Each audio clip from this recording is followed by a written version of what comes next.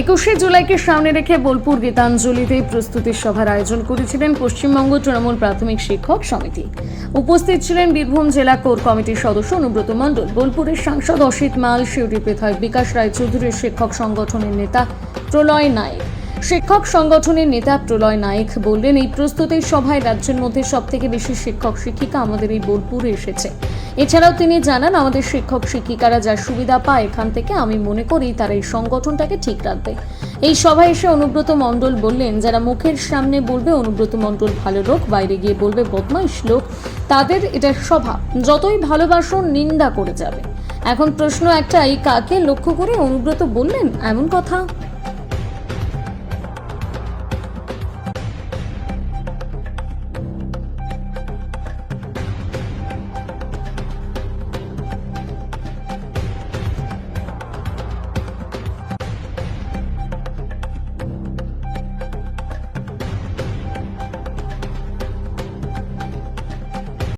যেভাবে আজকে বিকেল স্কুল খোলার পরেও এত শিক্ষক শিক্ষিকারা আজকে এই প্রত্যেকভাবে এটা আমি মনে করি যে রাজ্যের মধ্যে সব থেকে বেশি শিক্ষক শিক্ষিকাদের প্রস্তুতি আমার বীরভূম জেলার টিম বীরভূম করবে।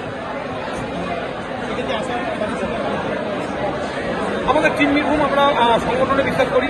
আমরা যদি দেখেন যে এর আগেও আমরা যে সমস্ত শিক্ষক সেলের ব্যানারে আমরা হাই স্কুল বলুন, প্রাইমারি বলুন, কলেজ বলুন, মাদ্রাসা বলুন, যে সংগঠনে বিভিন্ন রকম কর্মসূচি নিই, সেখানে কিন্তু আমরা আমাদের শিক্ষক শিক্ষিকাদেরকে জোর করে আনতে হয় না, আবেগের টানে, ভালোবাসার টানে এবং তাদের সাথে নিবিড় যে যোগসূত্র আমাদের আছে, বিভিন্ন পরিষেবা যেগুলো দেওয়া হয় আমাদের শিক্ষক শিক্ষিকাদের এবং শিক্ষালয়গুলোতে, তার নিরিখে আমাদের শিক্ষক শিক্ষিকারা নিজের তাগিদে আমাদের সংগঠনের জন্য এসেছেন।